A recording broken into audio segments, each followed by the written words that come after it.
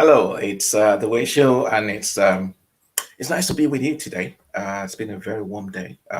We've been enjoying the sun for the past, I don't know, few days, couple of days now, and I tell you, it's nice to see and welcome summer in this part of the world.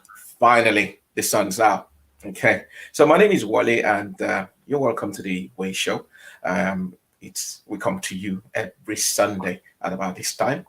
And we obviously talk to you about happenings, you know, new things, innovation, and people doing well within the African continent. Obviously, Africans in Africa, and Africans in diaspora. So please don't forget, subscribe to this show and turn on your notification. Okay, and please watch our past editions. If you like what you've seen, give us that thumbs up. All right. Okay, so we can always bring um, people to your living room at this time of the day. So today I have got with me someone who is a friend of the program. Actually, he's been on this program before when we talked about politics and entrepreneurship and obviously innovation. Today he is back in the show because he's got something innovative, something that is actually gaining ground in Africa, not just where he is, but Africa generally. He is no other than Dr. Kobby Mensah. Dr. Kobby Mensah is, well, he's going to be explaining exactly what he's doing at the moment. I don't want to let the cat out of the bag because it's really very interesting. It's really something I'm actually really looking forward to. I'm actually really excited about because as an African is doing this, for the motherland, for the continent, Africa. Kobby, thank you so much for joining us again today. Thank you. Welcome to the show. It's always a pleasure having you on our show. I know we've talked in the Absolutely. past about politics, about entrepreneurship, and today we're talking about innovation, and we're talking about something you guys. When I say you guys, I want you to tell us about who you guys are now, and obviously what you're working on. But to be honest, like I said, I am excited about this, and I'm so glad it's coming out of our motherland, Africa. So, Kobby, welcome to the show. Tell us, what is this new baby? Excellent. Thank you, Wale. It's amazing seeing you again, and you and Yomi are doing fantastic. I mean, I think that the Way Show is one of the most innovative things that could actually happen to us, broadcasting, across the continent and making sure that you're focusing solely on what Africa is doing. Thumbs up to you guys. Fantastic. And I'm very happy Excellent. to be associated with that. Of course, when we talk about FOCAS, which is the innovative, data-driven customer service feedback system that we have developed, it's entirely new. It's very innovative, and I'm very happy to come on board to explain, what FOCAS is. And my team, it would interest you to know that is actually a bunch of students. That is, these were students that I taught, in class. I taught to them in class, and I realized that these are a bunch of young people with, IT background, solid, technology background. And I felt that, well, with my background in marketing, with my theories that I teach, we can combine, expertise to come up with something very, very innovative. Guess what? It materialized. We used just about 6 months to develop this groundbreaking, customer service solutions, and then we are using almost 2 years to get to the market. You can imagine. We have really tested the software. We've really tested it, in terms of getting people to use it. And I can promise you, it does absolutely what we say it does. And Mm, it even thrills, you can imagine, it thrills the people, the customer services space, the firms have been excited about it. And I think we're just about, blown out across the continent. This is mm, the solution that can help us, in customer mm. service delivery. Thank you for that, Kobe, and viewers. If you're watching, we're just scrolling some a little bit about Focus and a little bit about what they are all about. We're going to be giving you the website towards the end of the program today, so you can obviously just go there and see what brilliant stuff they are doing.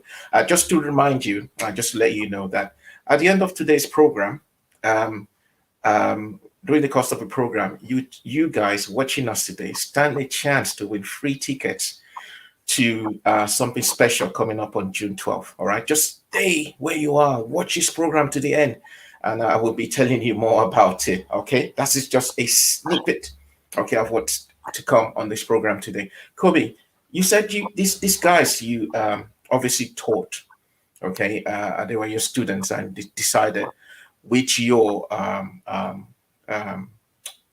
with your expertise and came up with this idea and this customer survey tool.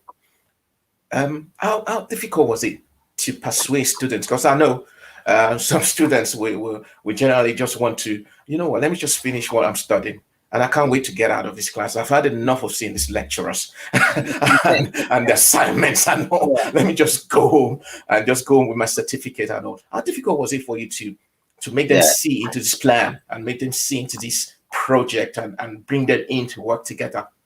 Yeah, I suppose we are all motivated. I mean, we all hear lecturers only teach theory. They don't impact society, just rolling out people, that kind of thing.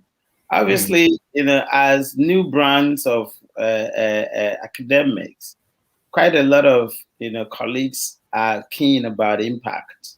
You know, so we're not very much focused on only the research and publications. A lot of colleagues are looking at how practically they can impact society. So I remember that in one of my classes, my partner, whom, you know, I share the business with, you know, presented their work, the assignment. So I asked him, what does he do? They say, oh, he owns an IT firm, and that's why he came to do the master's program, the sandwich program. He's looking for avenues to scale, you know, to make sure that his firm can grow. They were a very small firm at a very young, you know, period. In fact, they hadn't actually set up beyond a year when we met, when he came to class.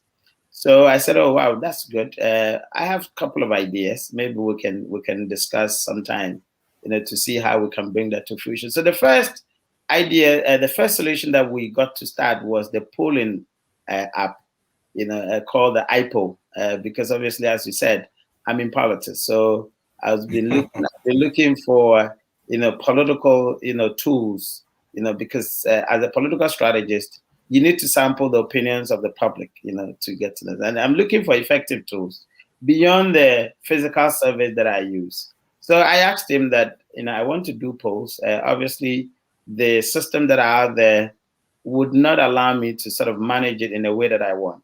So I sort of discussed my ideas with him, and eventually the iPoll came around.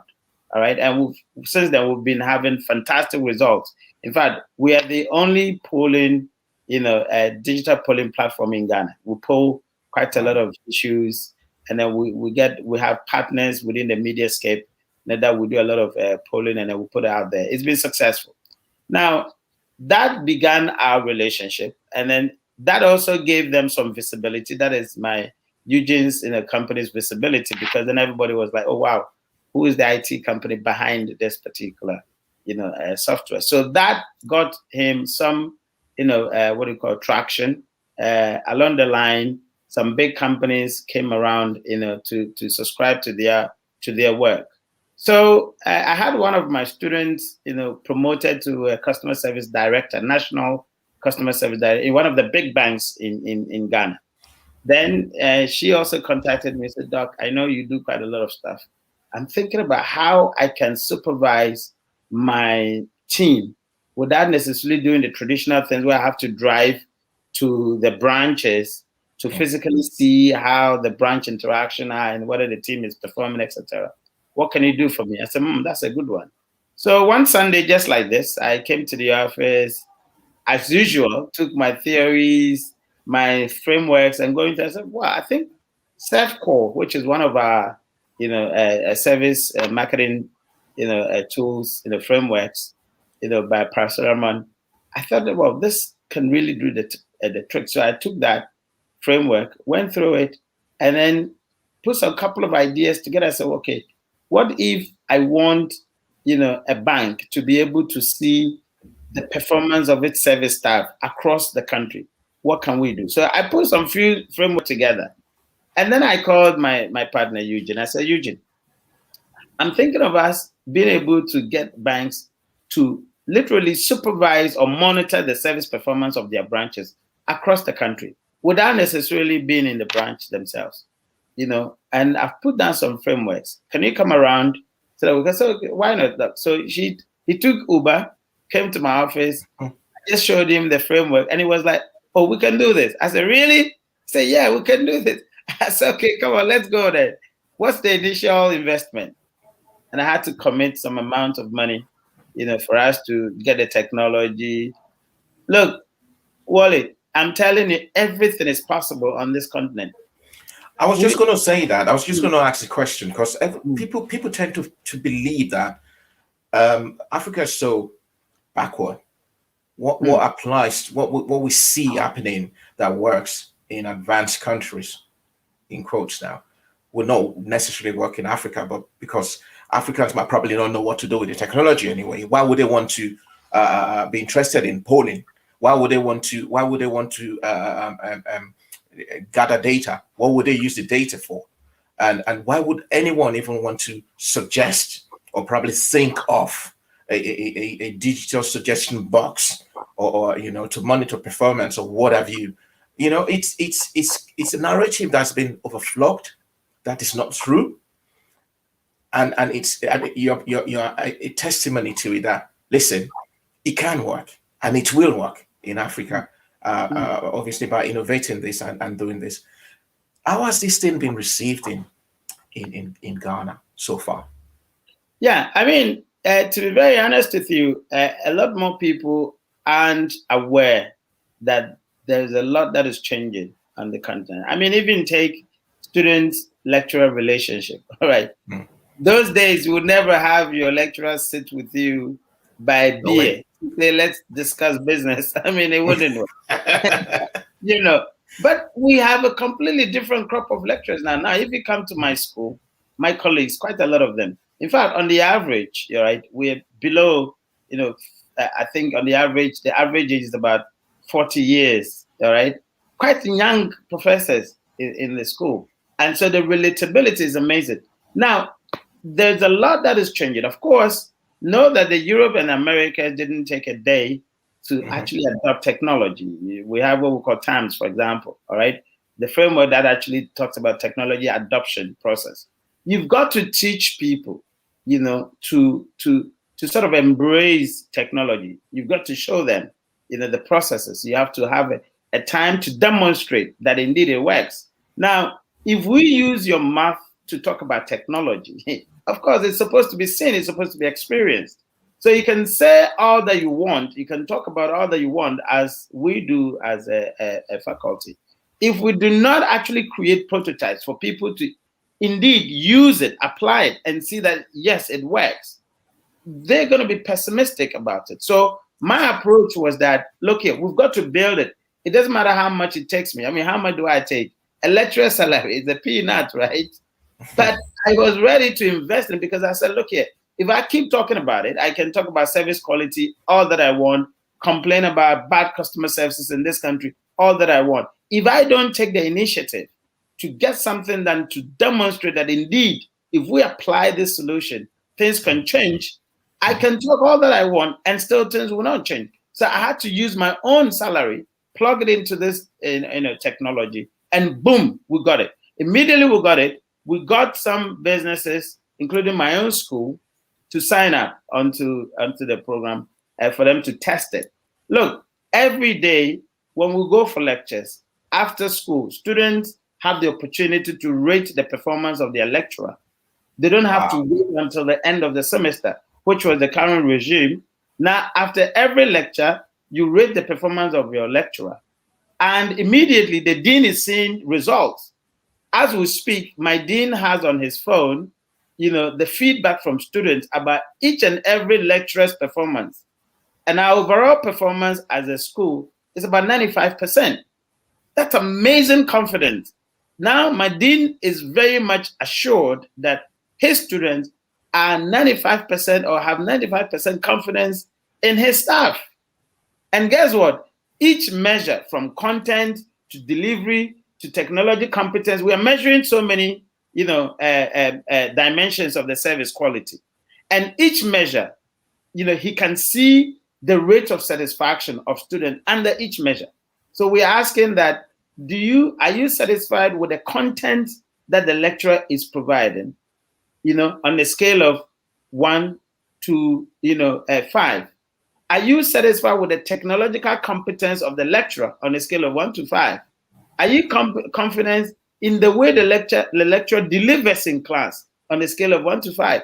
And my dean is seeing evidences that shows that his team is performing. Now, those that are not performing, he's seeing it, and he's inviting them for conversation. And this is not at the end of semester or at the end of or middle of semester. It is every day.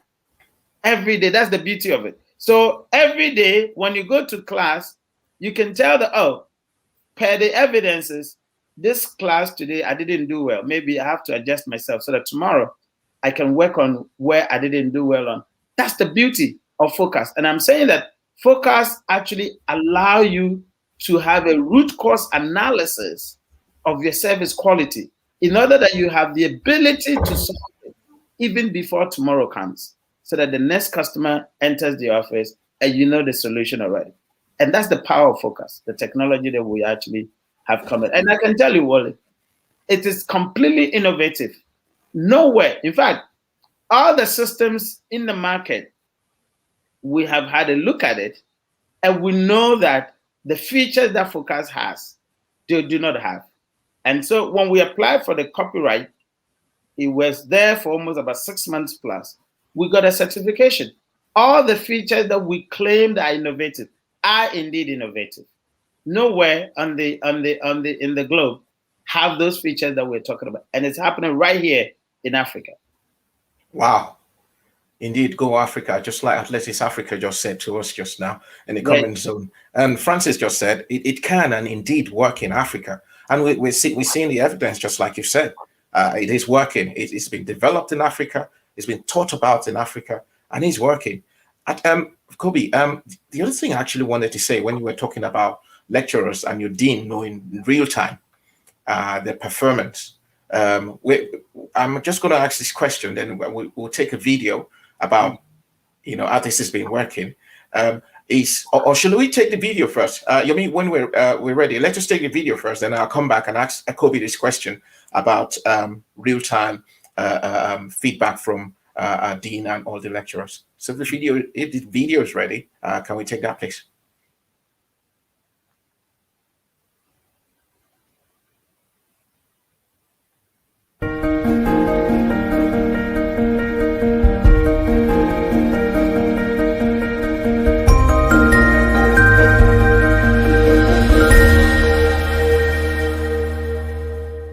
The FOCAS software enables the customer measure service quality of an organization through 5 sets of random questions from the question bank every day, based on reliability, responsiveness, empathy, assurance, and overall satisfaction. As a customer, you get to select the picture of the staff that attended to you, fill in your personal information, reason for visit, and duration of stay. You then click on the Submit button, which opens up an optional text box. Then click on Submit.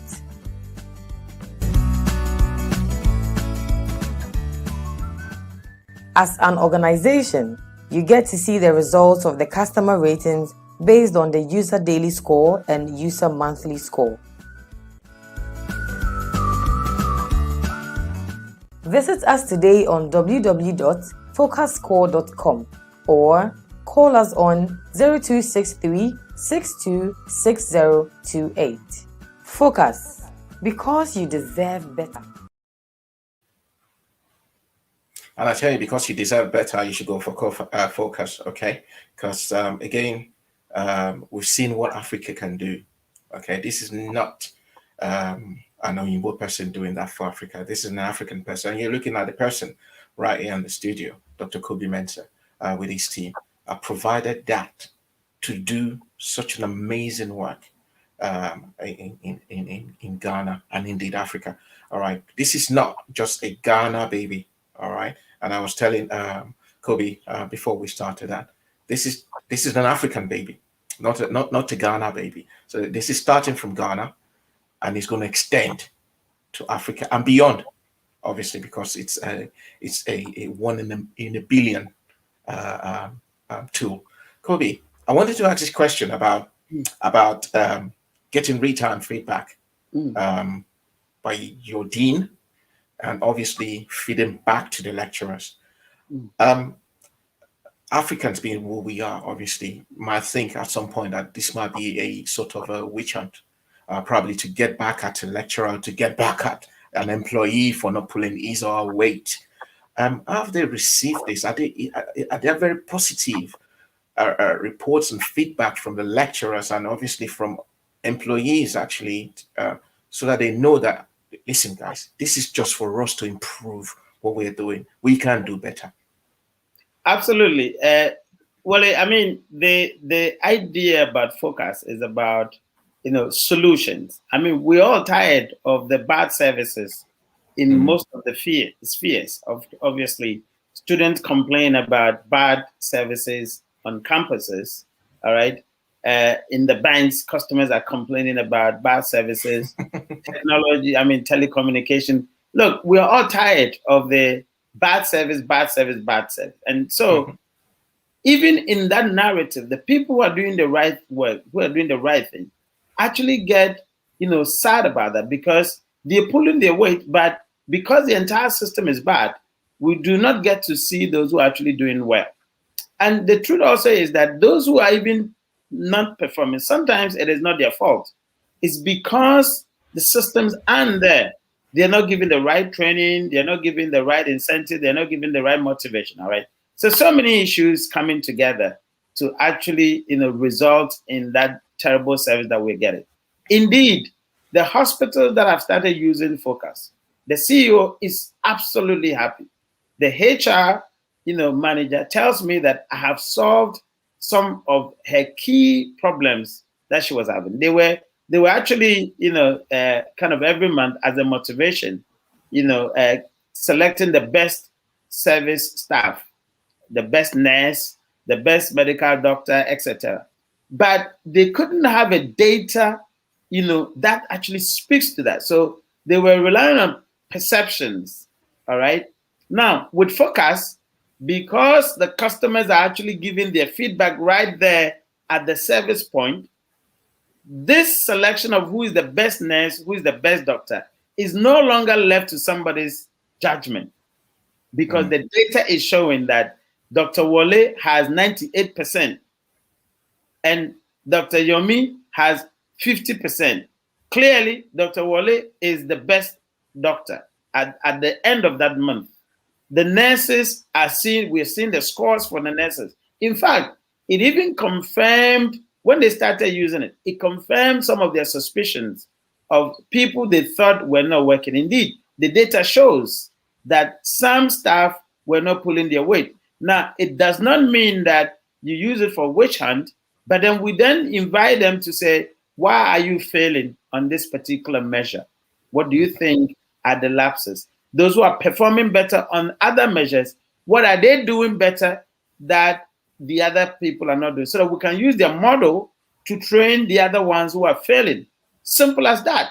So it has an HR, competency behind it. It is data driven. It has a marketing, objective behind it. So many other benefits that the firms are actually getting as a result of using FOCAS. So we say that it is actually for the staff, so that we can identify what the customers say are your weaknesses, so that we can directly develop training targeted at the weaknesses that we have seen in the data, in order that we can help you develop that competency. Now, say that you are a bank, all right? You have 53 branches across Nigeria.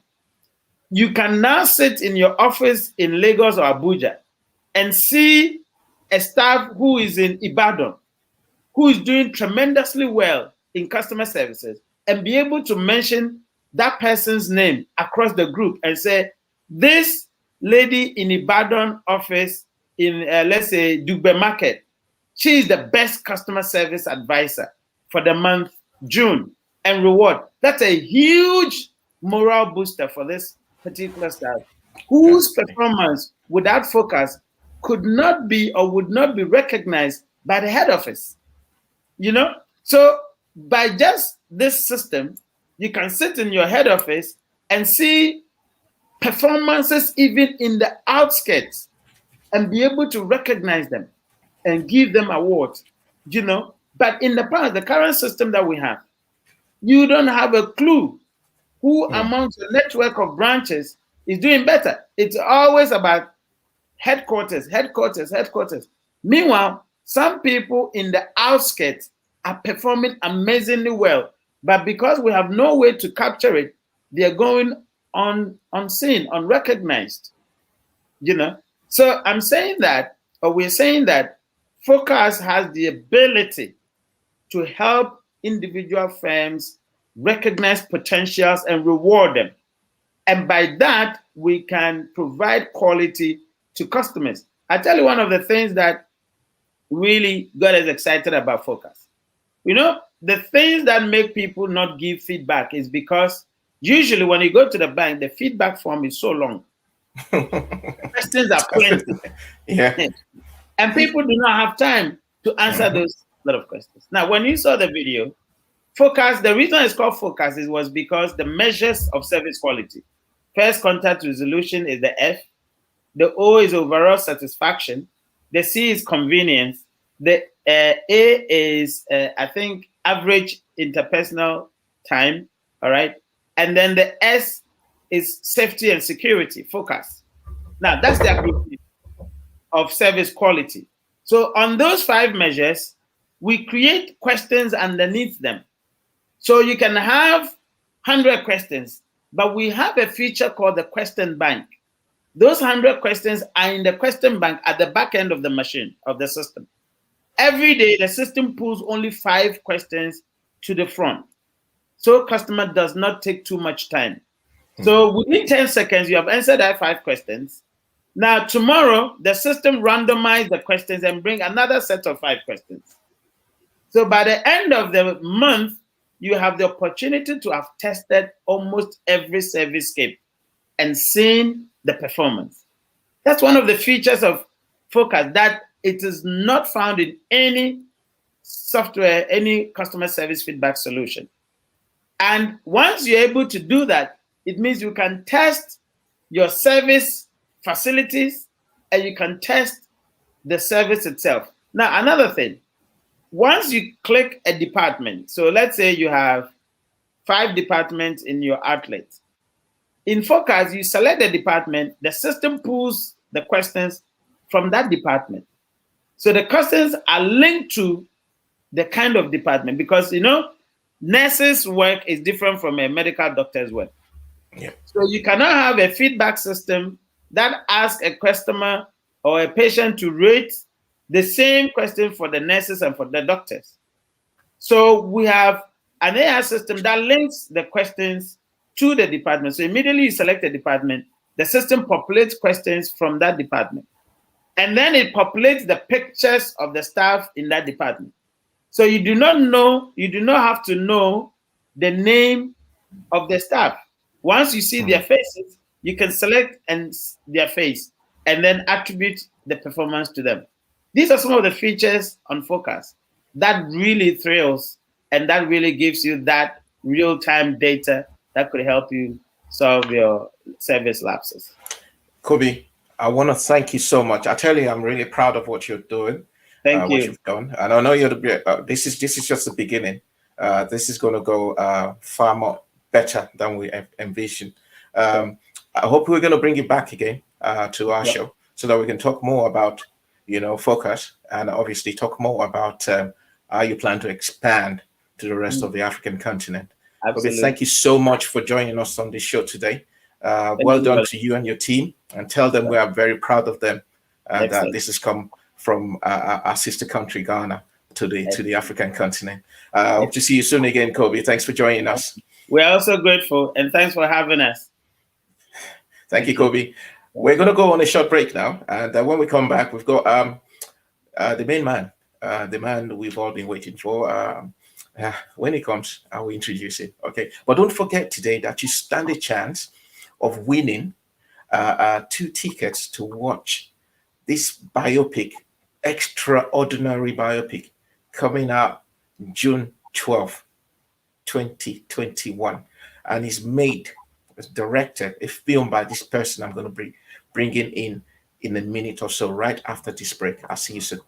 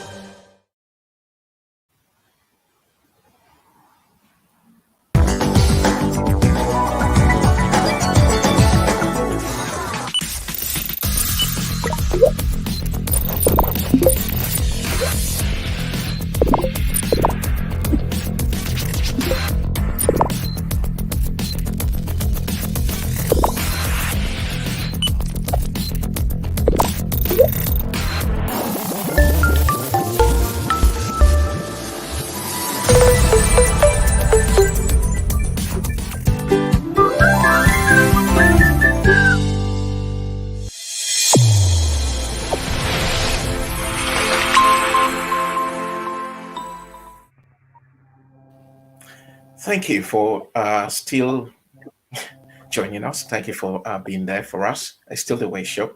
My name remains Wole, and thank you for the first batch of the show that you were there. Thank you to Kobby for joining us on the show.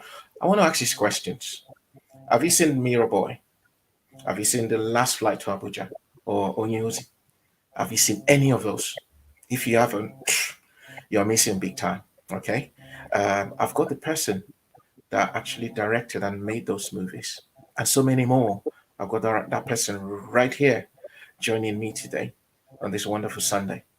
I'm talking about the mega director. When you say you've got mega stars, yeah, fine. This one is a mega director who was once a professional footballer, became a lawyer, and then decided to go back to his first love, directing and producing movies. Okay, first class movies, I dare say. I'm talking about I wanted to give him a title now, but I don't know if he's already gotten a title from my fellow Indigo brothers and sisters. We're trying to connect to him. I'm talking about Obi Emelonye anyway. So we will try as much as possible to get. He's online, and we're just going to connect to him. Odogu. My dear man. Thank you for joining us. We're honored to have you. This is my Larry King live moment, you know. Larry King live moment. Thank you so much, Obi. Larry King moment. I'm honored to be compared to the incomparable Larry King. Thank you so much. Thank you for joining us on this show. It's been a tough year, but again, it's been wonderful for some people. How's it been? How have you guys been coping in the movie industry? I know we had a movie director sometime last year when we on the show, one of your colleagues, Mark Ademeshi, and we spoke at length about movie production. So how's it been for you? Mark is my guy, he's not my colleague. So it's you know, there's a proverb in Igbo land that says when there is a land dispute, the person who has yam is planting and harvesting, and the person who has no yam is there dragging the land, if you know what I mean. So in a way of saying, if a filmmaker has a project already made before the pandemic, then while others are suffering from the lack of movement and the restrictions, they are busy selling. So in a way, I was kind of caught in the middle of those two situations. I had one or two projects that was finished, that was ready to be licensed, particularly on streaming platforms like Netflix. So last year, um, three more of my projects joined Netflix. So in a way, you could say that it's not a bad. It hasn't been a wasted year. It hasn't been eaten by the termites, just like it is for most people. But the things that we plan to achieve were not achieved. But we are alive, and once there is life, there is hope. True. And when I was introducing you, I said I know you probably will have answered these questions tons of times. I used to be a footballer, and by the way, when obviously when you were playing football, football was not this multi-million. It wasn't a lot of money back then. It was what it was back then. And I know you transitioned to being a theatre art graduate to being a lawyer, and now you've gone back to something that everyone knows. You mentioned Obi Emelonye, and everyone said, that top movie producer director. Look at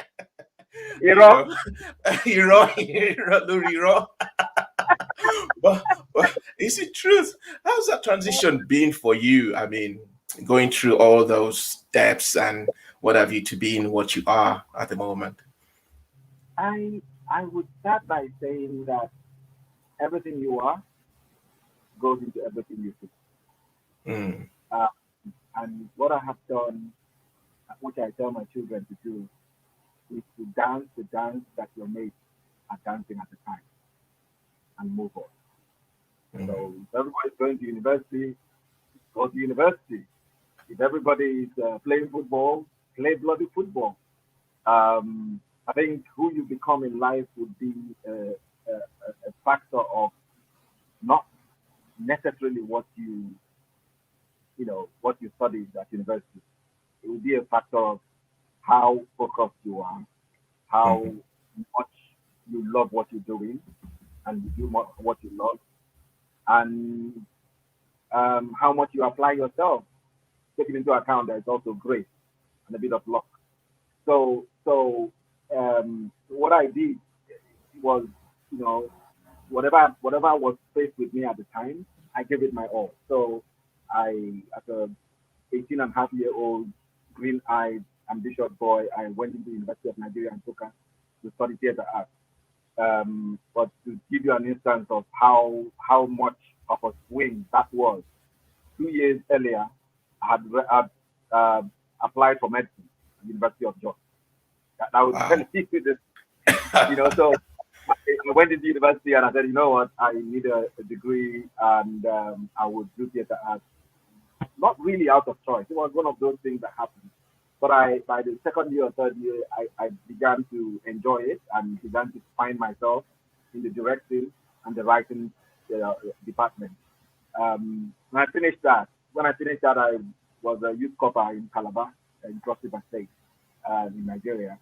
And I was so good. I played for the youth school team when I was in the university anyway. But I was, at the peak of my powers as a football player, that I was invited to come and join Rangers International of Enugu.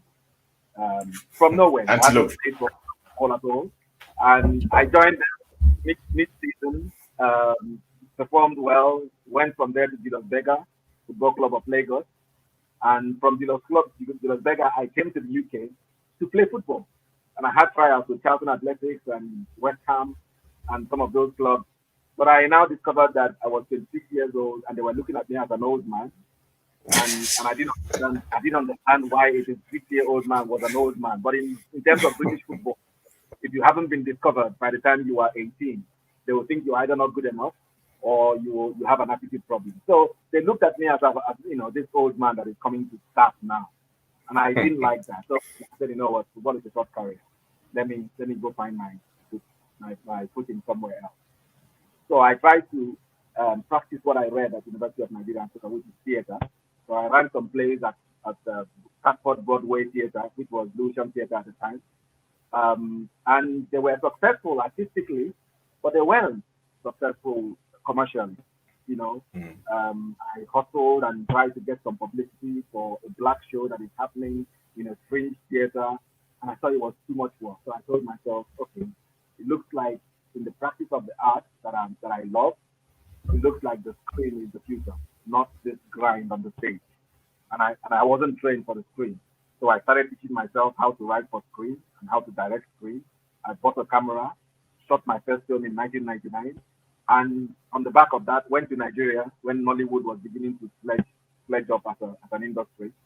And I lasted 1 year. Everybody that I worked with hated me. They felt this young guy that came back from London with money, so they wanted a share of the money. So after frustration and making some few films and making some few friends, I came back to the UK, and The Mirror Boy became my comeback film. So by the time I was learning to be a filmmaker, I was also going to leave. I didn't want to leave 5 in a room somewhere in Camden while I was making it. So I knew I had a career that would be transferable later on, that would offer me the life, the life that I want, the decent life that I want. At the same time, something that I can transfer. Eventually, I move over to the career that I want to do, which is in front of camera, behind the camera for film or television. And I studied law, maybe because my twin brother is a lawyer, and practiced for 2016. And after that, I said, you know what? I'm not doing 2006. Sorry, I'm not doing this anymore. I'll concentrate on what I love and do what I love and love what I do. And I gave it up, tightened up the belt with the family, and this journey has started since then. And here we are. We are still in the wilderness. We haven't reached the land yet. You know what? We the fans out here that watch your movies and we enjoy it. We thank God that you left law and focused on movies. Otherwise, come on, we will have missed The Mirror Boy, Last Flight to Abuja, Onyosi, and now the big one coming, Badamasi. I mean, the big one. I tell you, how did you manage to convince IBB that you want to shoot a biopic about him? How did you do that? It was tough. It took me 3 years. Wow. So I managed to get access to him, which by itself was difficult, in 2016. In 2016, 16th of March, exactly 2016. And I had somebody that took me to his house in Minna and told him that this young guy from London, old man from London, who wants to make a film about you. And the man just smiled. And he said, because according to him, that wasn't the first time he was hearing that. A lot of people had come to him to ask him to cooperate in terms of making a film about his story. So he just smiled and said, so who am I? I tried to introduce myself. I said, my name is Obi Emelonye. I'm from Imo State. And I met you in 1990 at the State House Marina. And he said, 1990? I said, yes. He said, what was the occasion? I said, I received an award from you. I said, what award? I said, Nigeria National Youth Award, Gold. He said, you are part of that group. I said, yes. He said, oh. I came ready. I had my photograph. I was in front of him, when he was checking me and he was giving me the certificate, and his face just lit up. So my conversation that was supposed to be for 2 minutes ended up becoming 2 hours. Wow. It was a relaxation about him that said, okay, All right. So this is my boy in quotes. But even with that, he's a very naturally curious and suspicious person. He doesn't he befriends you on the surface, but he doesn't commit to you. He doesn't say yes to you. He could shake his head and smile, but he hasn't said yes. So for the next 3 years, I kept on going. He'll say, "Oh, you know what? Come back next month." I come back next month. He'll say, "Oh, you're here." I said, "I'm here." He said, "Okay, come back 2 months time." And I kept all the while I kept telling him that this story has to be told. You are getting old. You are faced by this mortality that everybody would face at some point. That this is the time to make peace with yourself, with history, with Nigeria. And even though some books have been written about you, Nigerians don't read. In fact, they say if you want to keep something from a black man, hide it in a book. So with what we have achieved in terms of Nollywood right now, the eyeballs that we have attracted, the international global nature of the industry. And to give him a very good example, he had already watched The Mirror Boy 3 times before I met him. When he said that, I didn't agree. I told him, okay, I lie like this now, okay? Lie is not good. You know, it's good to help. he said he's watched it 3 times. I said, okay, oh yeah, tell me the story. I swear, he told me the story of The Mirror Boy. Wow. I said, that is the exact thing that I'm telling you. That if you can imagine me, Obi Emelonye, this village man from Imo State, have had access to you without even knowing it. You've watched my film. You know the story. That way is the same way that I'm going to take your story into the living rooms of everybody in Nigeria and say, this man that was part of our history, that was very influential in some of the things that happened, good, bad, ugly. This is his perspective on things. I warned him that this will not be a PR exercise. I warned him that it would be a difficult exercise watching himself from the outside. It's like deja vu. It's like an out-of-body experience. But he has to do this. He has to be vulnerable. He has to be almost contrite, remorseful, humble, to take the flack that would come. Because that's the only way he's going to reconcile with history. That's the only way he's going to contextualize the narrative that is out there about him. Because, you know, when people don't know somebody, they believe whatever they hear. But when you get to know the person, you may even forgive whatever the person did wrong, because you will now understand where they're coming from. So I told him that this story is not your story. It is our story.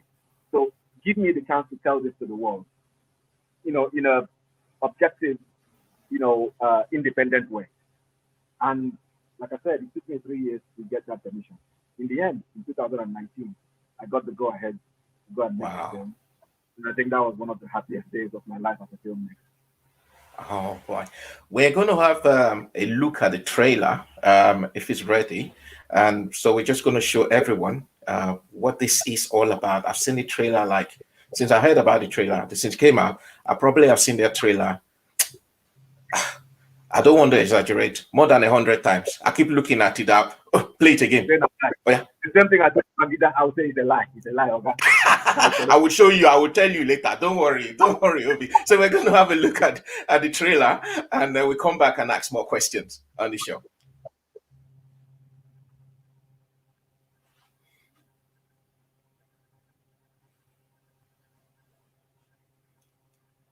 Is the trailer ready? Babangida!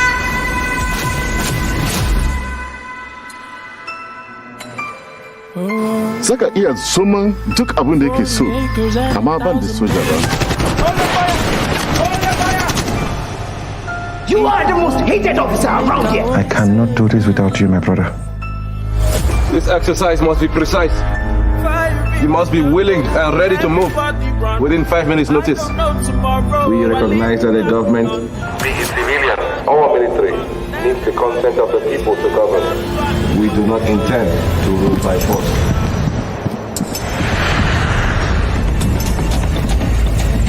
How is your friend? Something is not right.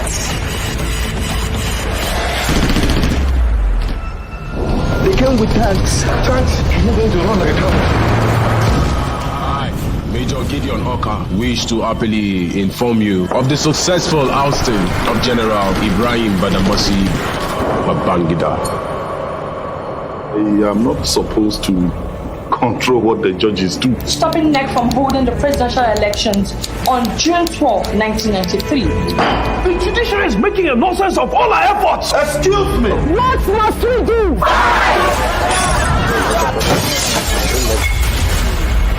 Mr. Njoka Irabo this afternoon released a press statement purporting to annul the June 12 presidential election. I have just done something that will haunt me for the rest of my life.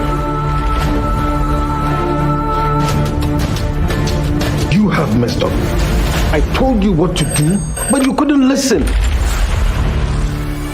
The problem is not with the system. The problem is with the people. The solution is structural adjustment program. Sir, only the University Senate can shut the university down. Ibrahim, if I say the university is causing trouble should be shut down, then they must be shut down with immediate effect. Whatever happens, the election remains cancelled.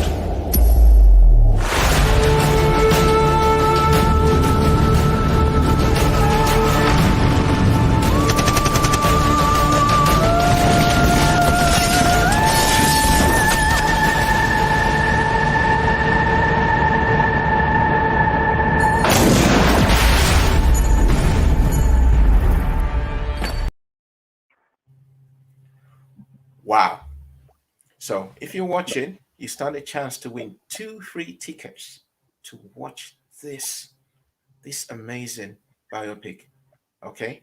And it's going to be at the Cineworld O2 SC10 ODX. That's the premiere Saturday, June the 12th. Significant day. You don't want to miss this. If no one is winning it, I generally, ask Obi, let me have these 2 tickets. Me, I can take my wife, who obviously is his sister, from the same emo. Then we'll go there and watch. If nobody wants to win it, though, okay. I haven't brought wine yet, so don't go there. You have not brought palm wine yet. I'm not. I'll bring that palm wine that day on June 12th. I'll bring palm wine. Now, Lagos Madrid, bring palm wine. Obi, in that biopic, there's one thing that struck me. Like I said, I've watched it times. He said something like, what I've done will haunt me for the rest of my life. When you spoke to IBB on those occasions, do you see him as someone who is actually haunted by what he did as a president of Nigeria? So, he said to me that he had never told anybody what he was telling me, the details in which, naturally he would give some of those diplomatic answers when he's asked, just to swerve the question.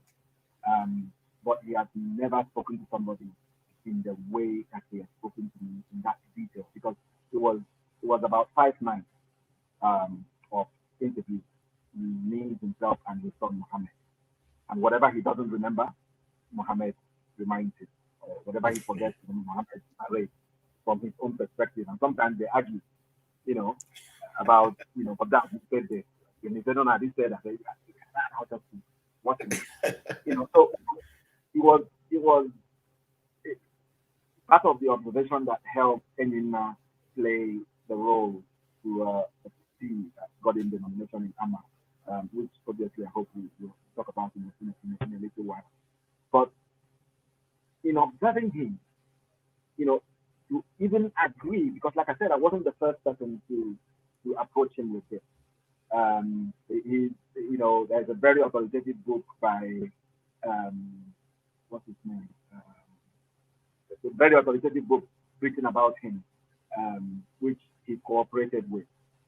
But like I said, our people don't read. So I told him that what I saw in him was a man who was getting old. They say when powerful people get old, they become frustrated. He wasn't frustrated. He was still calm. That mellow, observing, really introspective smile remained remained with him. So, you know, when we are eating at the table and maybe the guy serving the food spills food on the table or spills food on him, he doesn't react and say, yeah. And the guy will just pick it up. And I watched him, observed him. So you see a man who is at peace with himself in a way, because I think part of that comes from the sense that I try to do my best. In politics, you are driven by self-interest. In military politics, you are driven by survival. It is not let me win the next election. It is let me stay alive to see my children the next morning, if you know what I mean. So in that hot furnace of military politics, he thinks in his heart of hearts that by coming out of it alive and being there for his children, he's done well.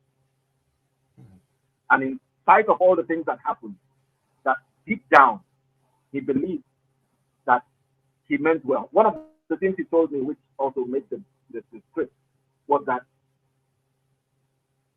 military dictators in his position would lay down the law and beat people into line. But he did not do that. What he said he wanted to do was to rule with the consent of the people, even as a military dictator. Yeah. And that was where the mix-up, the paradox of his character now came. Because you cannot be a military dictator and be a statesman at the same time. Yeah. Because both of them are irreconcilable.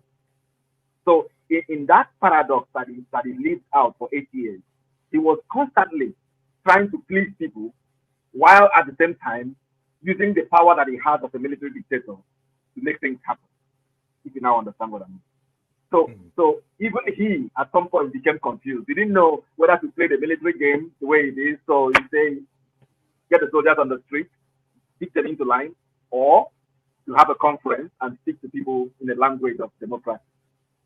And that confusion led to a series of problems.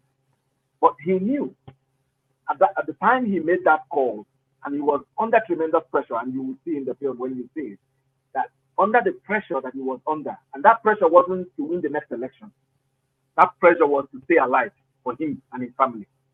So under that pressure, when he made the call, and the box stopped with him because he was the president, for the cancellation of June 12th election, he knew that he was never going to recover from it. So when he told me that story, and his son corroborated, he said he came home because he was on his way to Abuja. He was on his way to Kano for a funeral, and there was intel of some kind of plot. So he turned around and he called from the plane. He called Ndokai Rabo, who was the secretary to the vice president, press secretary to the vice president, to draft the cancellation paper. And as soon as he did that, he came home. He called his two sons and told them those lines. I have just done something that would haunt me for the rest of my life. Wow. And because Muhammad said, he asked him, so why did you do it? And he said, I don't know. But he knew that his legacy, whatever he worked for all his life, was gone. But at least he had his life. And he felt also that because his cool style wasn't killing people, otherwise Buhari wouldn't be alive today. His cool style was to gently shove people aside. And he was at peace in the sense that he didn't kill people in the pursuit of peace. He dribbled, he manipulated, he practiced some kind of brinkmanship, some kind of chicanery, but he did not shoot people along the way in order to drive his ambition. And that gave him peace. So that when he walked away a peaceful man. He failed because my dad would say, bless his soul, that all of life ends in failure. He failed. He failed in his quest to be remembered as a great leader in Nigeria. Failed woefully. But as you can imagine, a lot of things happened in Nigeria that are credited to him. But today, Nobody remembers that. Third Mainland Bridge, the move to Abuja, FRS, Federal Road Safety Commission. Some of these things that are standing today were done under his rule.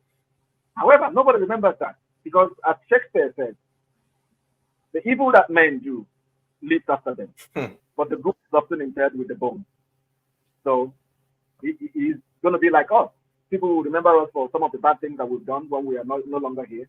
But I told him that he had to make peace with Nigerians. He had to tell us, and this is not an alibi. It is not some kind of justification for the things that happened. I told him that it has to be a genuine, really heartfelt account of what he saw from his perspective. It doesn't have to be the absolute truth, and it's not the absolute truth. This is just a perspective, you know.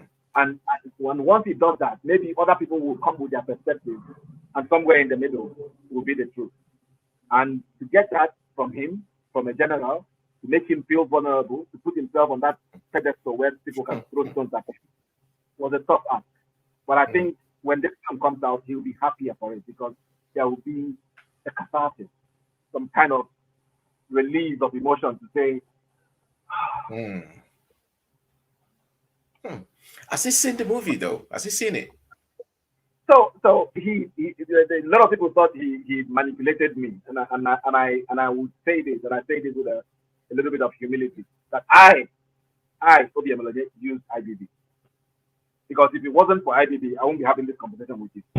I knew that attaching my name to that brand, no matter how tainted it is, the history behind it, the controversy behind it, the politics behind it, my name would resonate. So as I'm writing his in concrete, I'm writing mine in the sand. And that's okay for me. So I told him that if you want to see the script, I'll show you the script. But it will not make very good reading. So when I see the film, I'll show you the film. So he didn't see the script, but when I finished the film, I felt I owed him the duty to say, this is the story you told me, and this is what I've done with it. He watched the first hour of the film uninterrupted, put all the phones away, just me and his PR person, and we sat down and watched the first hour of the film. And he didn't blink.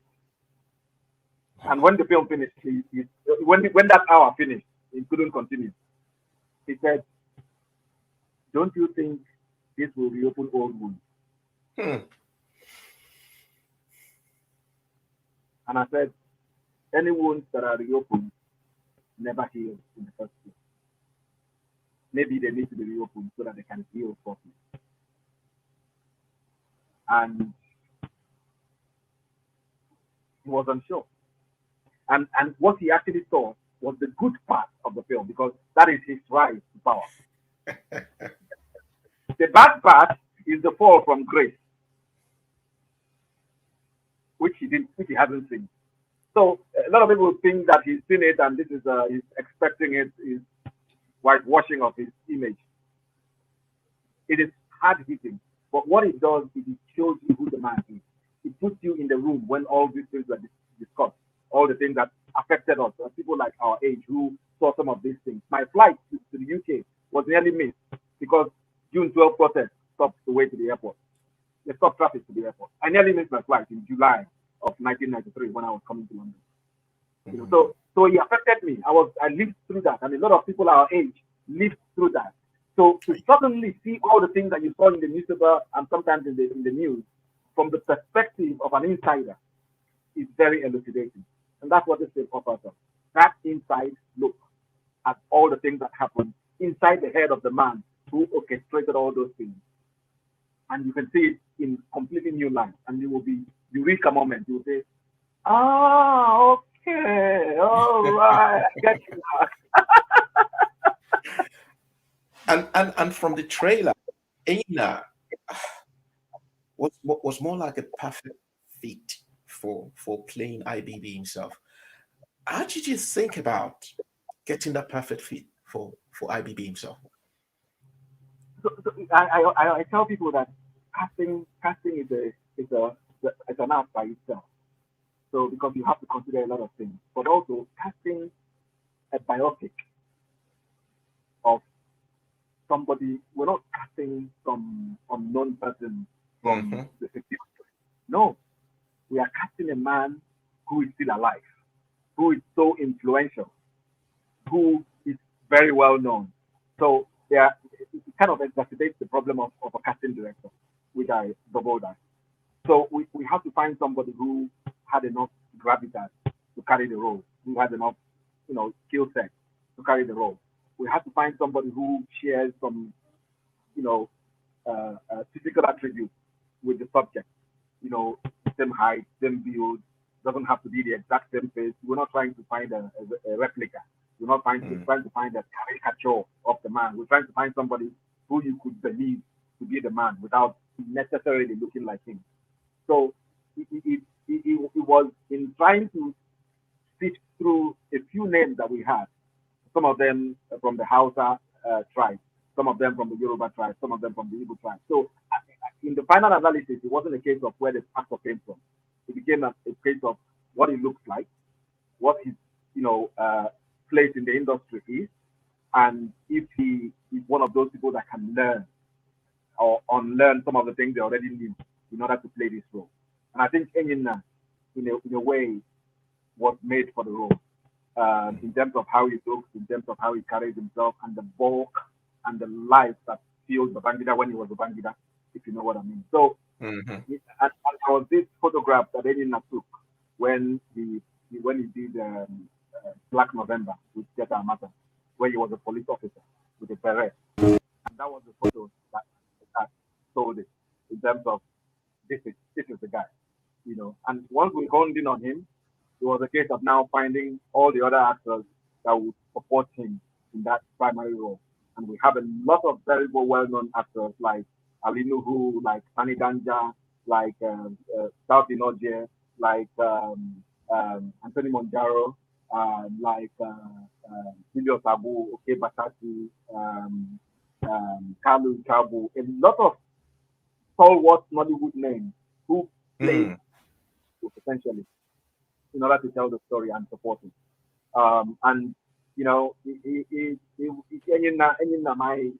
the work that we did, myself and Enyinna, and how much detail we went into to understand the mannerisms of the man, his inflections, how he keeps his hand, and how he begets when he's stressed. All of those things ended up helping him win nomination as the best actor at the AMA Awards last year. He didn't win eventually. Now begin to understand the meaning of this when you know that this is the first time he's nominated in that category ever in any award, any meaningful award. So he did a great job, and even the Hausa people on set will say, "Oh boy, is your dad Hausa?" Got the accent. It's not like a caricature accent. It's not like a mockery accent. He got it to the team and spoke like him, inflected like him, intoned like him. Sometimes I marvel because some of the casting decisions were arbitrary. There was no rhyme or reason to it, but in the end, it's kind of some of those I say that God sometimes adds or lends some order to our chaos. So you make these decisions on a whim, and they end up becoming a smart decision because it works. And you don't take credit for it. It's God that made it. And I would say some of the casting was made by God. Yeah. And as IBB perhaps met the guy that plays him, Enyinna, or are they planning to meet at some point? No, it hasn't. We when we shot in Minna, there was a plan to go and pay him a courtesy visit. But when we shot in Minna, obviously we didn't shoot in his house. We found the location. There was an independence about the shoot. Most ways. We didn't even get help from the army. All the uniforms that we had, we bought the materials, bought the accessories, and made the uniforms by ourselves. We didn't get any help from. In fact, we were impeded by the army because when we were shooting in Nsukka, we were arrested several times because the army saw a bunch of young people in a van with a bunch of uniforms and a bunch of out of use what's it called, AK-47 at the time when Nigeria was beginning to burn. Not this bad as it is right now, but at the time in 2019. Wow. It was a difficult time in the country. So we planned for Enyinna to meet him, but he was away on medical checkup at the time. So they haven't met. But I guess they will meet at some point, because wherever Enyinna goes now, they're just going to call him Babangida. I'm sure from now on they probably will call him Badamasi wherever he goes. Is he going to be in town for the premiere? Any of the cast going to be in town for the premiere? So I would say now authoritatively that Enyinna would not be able to make it, because we were trying to see if we could swing it under COVID protocols. He needs to quarantine for a few days, nearly a week, before he's able to attend stuff. And he has engagements that mean that he cannot quarantine for that long before the premiere. So it would be a wasted exercise to bring him, and he's unable to come. Yeah. So I would say that Enyinna is not coming, but there are two other actors in the film. Julius Abu is already in town, and he will come. And Tony Acklet, who also played what's his name? Rear Admiral Aikomo, he is going to come. Anthony Monjaro is also part of the cast. He was supposed to come, but he's not going to make it. But what I told Enyinna and everybody else was, the man that we are telling his story is greater than all of us. The IBB brand transcends the Obi Emelonye brand, and it's just a case of being humble and accepting that on that day I would say, okay, if nobody wants to see my ugly face, I'll step aside. Please watch it. So even though we want to entertain the fans by having some of those stars here, everybody tails into insignificance in the face of the man whose story we're talking about. So, in a way, if we have IBB on the screen, who needs me? Who needs Enyinna? But we've made the effort to bring Julius Abu to come and grace the occasion and give us some sense of red carpet feel. And again, looked at this from another angle. When I first saw the trailer and I saw that Obi is making a film about IBB, and I'm thinking, will he not suffer a backlash from those who don't see anything at all good in IBB? You know, and there are loads of them in Nigeria up to this age, up to this time, all over the world probably. That they will see IBB and they're like, oh, this man shaggy, dan whatever, and whatever, you know. I would is it something you purposely? I know you've mentioned it. This transcends all of us. It's a story that needs to be told. It needs to be told. If it was not told by you, you're going to be told by someone else. And I'm thankful that it was you, because I keep saying it. It was just like a master at his work, you know. So, do you fear any backlash at all? I have experienced backlash already. It's not clear. It's not in the left mirror. It's not in the front of the screen. I am in the storm as we speak. Okay, let me draw you a timeline. So it took me 3 years to get permission to meet the film. In 2009, early 2009, I shot the film. By June 2019. By June 2019, the film was ready. I presented it to Film One distributors in Nigeria. They loved it, and they said, let's do this, we're ready. We chose a date for the cinema release, which was the 29th of November 2019, and everything was being built up to that gradually. You know, as you do, you have a plan to build up in terms of PR that date. As soon as it was announced, what I considered to be, you know, dark voices started surfacing from the dark corners of the internet. You know, first, you know, gentle and telling, oh, I think you're a smart guy. You know the right thing to do. Don't do this. Blah, blah, blah, blah, blah, blah. And then I kind of ignored them. and then continued to make the preparation, and they got louder and more sinister, to the point that when they started really threatening me, I went back to the IDB and said, you know, I have your permission to tell this story. And this is what I'm getting. What do you think? The man looked at me and said, maybe the people saying this thing are stronger than me right now. Let me take my hand to advise myself. So I said, if the man whose story I'm telling feels weaker than the people who are threatening me, why would I cry more than the bereaved? But I made a film. I'd invested money, blood, sweat, tears, not just me. A bunch of other people have put in, you know, great effort to make this film. And I thought, you know what?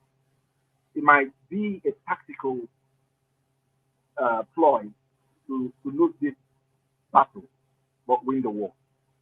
And this battle, this confrontation to do the cinema, it's like a tug of war between me and these people that I don't see. So I had a conversation with Yomi and I said, you know what? I am going to pander to their whims and caprices and say, that's enough. I'm not going to release this film in the cinema. To be honest, this is not a cinema film. This is a film that a ritual that somebody partakes by themselves so that you can pause and rewind and hear what they say. It's not a cinema. You need to do this, at least with your family, and use it as a tool for trying to understand some of the things that happened in the past. So it might not be a cinema film. So let's press the cinema film. So we now focus on other alternative, less confrontational means of releasing the film, i.e. streaming. But even with that, there was still red tape that was not peculiar to the industry, but red tape introduced specifically for this film. So I knew when I was taking on this subject that I was going to, you know, get into the gutter with politics, that I was going to literally open a can of worms, open the Pandora's box, as it were. But I completely underestimated the level, the venom, the intensity of the pushback that I would get. But I told myself that, you know, I come to this story that I've told from as neutral a perspective as possible in a creative work, because creativity cannot be objective completely. But I come to it as the least subjective I could be, given the circumstances. I'm not from the North, so I don't have any interest in the hegemony or the continued rulership and leadership of the North. I am not a Yoruba, so I don't feel the disenfranchisement that the Yoruba nation felt with June 12. I am an Igbo man who lives in London, who has no other interest beyond how it affects my village people and my family in Nigeria, in terms of Nigeria. So I come to this from a very neutral perspective, and I say that I have had to make editorial calls in the making of this film. I wrote the script first and foremost. So in trying to write the script, I had to make a call between a few episodes. We're trying to make a 2-hour film, and we're trying to squeeze the lifetime, the dramatic lifetime of somebody like IBB, his life out of office, his 8 years in office, into 2 hours. It's a feat, difficult, nearly impossible. So I had to make calls, what makes the cut and what doesn't. I had to make it, not IBB. So it was up to me to say, and I made that call from the point of view of establishing this unsentimental view of the man, and from the point of view of a storyteller who is interested in drama, conflict, intrigue, crisis, resolution, all of those. So I made those calls about which aspect of his life would make the grade. And that I take credit for. I say that involves subjectivity. You know, bias could come in. And I admit that there could be bias in that selection. But beyond that, I come to this very, very neutral. Very, very, very neutral. And I hold my hands up and say that I've told this story in a way that I can put it in front of anybody. Even though I'm afraid to put it in front of IDB to watch the end. Because that end is not nice. It is not nice. The end is ugly. The end is a bad end, just like we know it was a bad end. But we see it really, really close up. You know, to fall from where he was at the pinnacle of Nigerian politics and walk away like a bloody nobody. But like I said, he's happy to be alive, to have walked away alive. Some people in other African countries, some people before him, Murtala Mohammed, all of them did not walk away alive. He walked away alive. So in a way, he feels he succeeded, but it is failure. It is the kind of failure that has defined him. So irrespective of all the things that he did, he achieved as a man, he's defined by that final failure. So I don't know if I answered your question, but I knew it was a difficult question. I knew it was going to be tough. I knew I was going to be slayed. I knew I was going to be accused of having collected money, but I also knew that my conscience is clear, and I would respond to any inquiry and any question with dignity, with honor, because those are the two principles with which I've approached it. Knowing the power that I hold as a storyteller, knowing the responsibility in my position as somebody who is almost an influencer. Because there are people who have never heard of this story who will take what story I've told as history. Yes. And it's a responsibility on me to make sure that even though there are creative elements, there are fictional elements to the story that I've told, that the core of that story, the dramatic personnel, the people involved, and what they said, and all the things that happened were as close to fact as possible. So this film is not a documentary.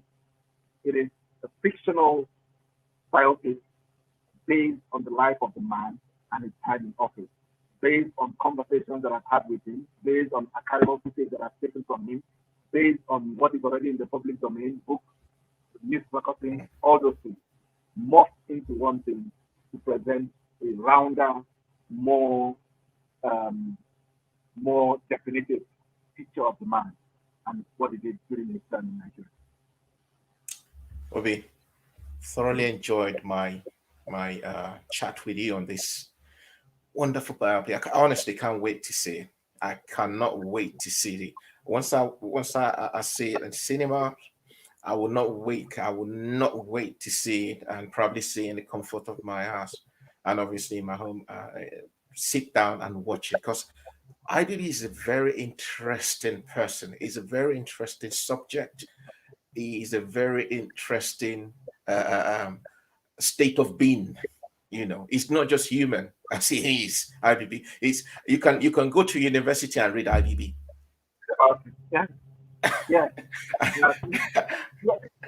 And it's the enigma about him. Because when he left office 28 years ago, he had never given a full interview about what happened. And that silence has bred in its wake conjecture, gossip, myth, story.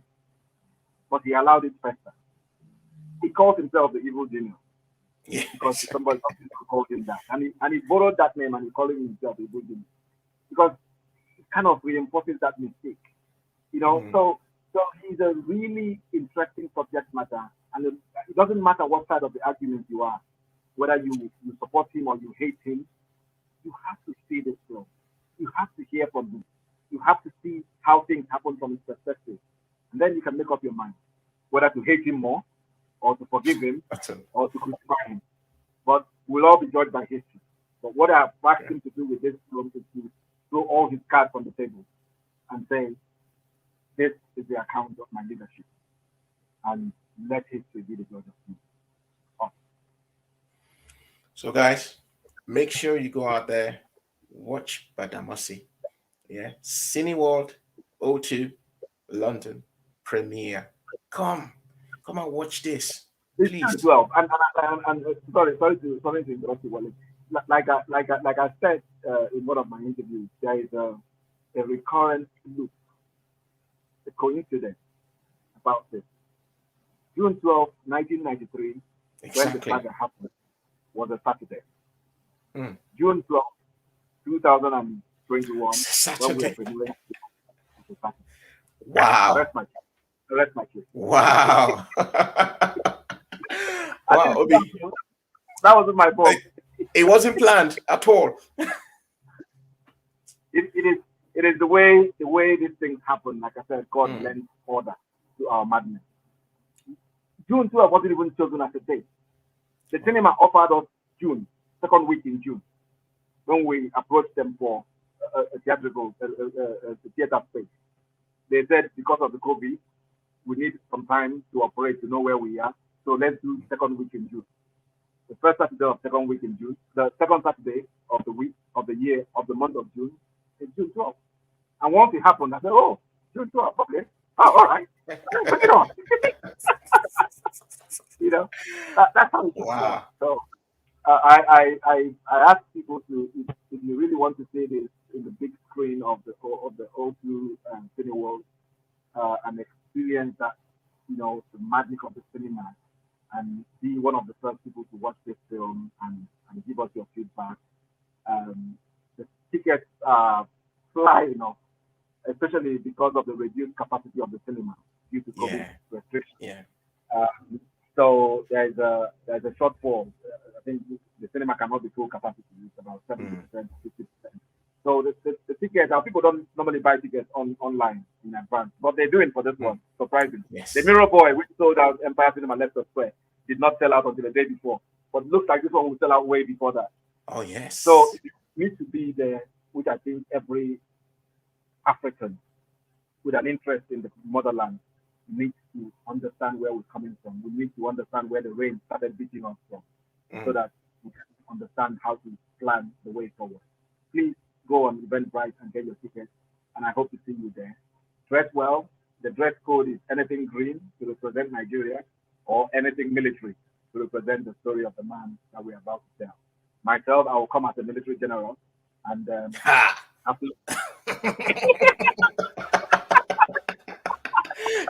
General Obi Emelonye.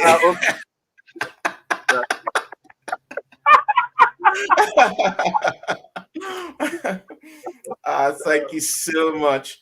Thank you so much. I think we've got Yomi. Have we got anyone to give the tickets? Please let me know before we let Obi go.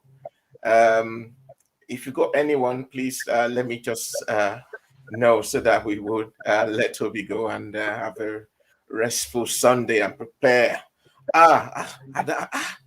Where am I going to get a military uniform now? Don't worry.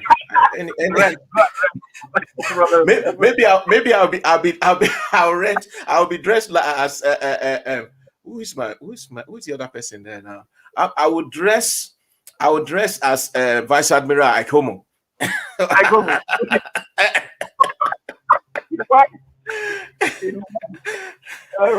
I think the ticket is being given away now. Okay, Yomi. All right, Yomi. Let's bear with me 1 second, and we will.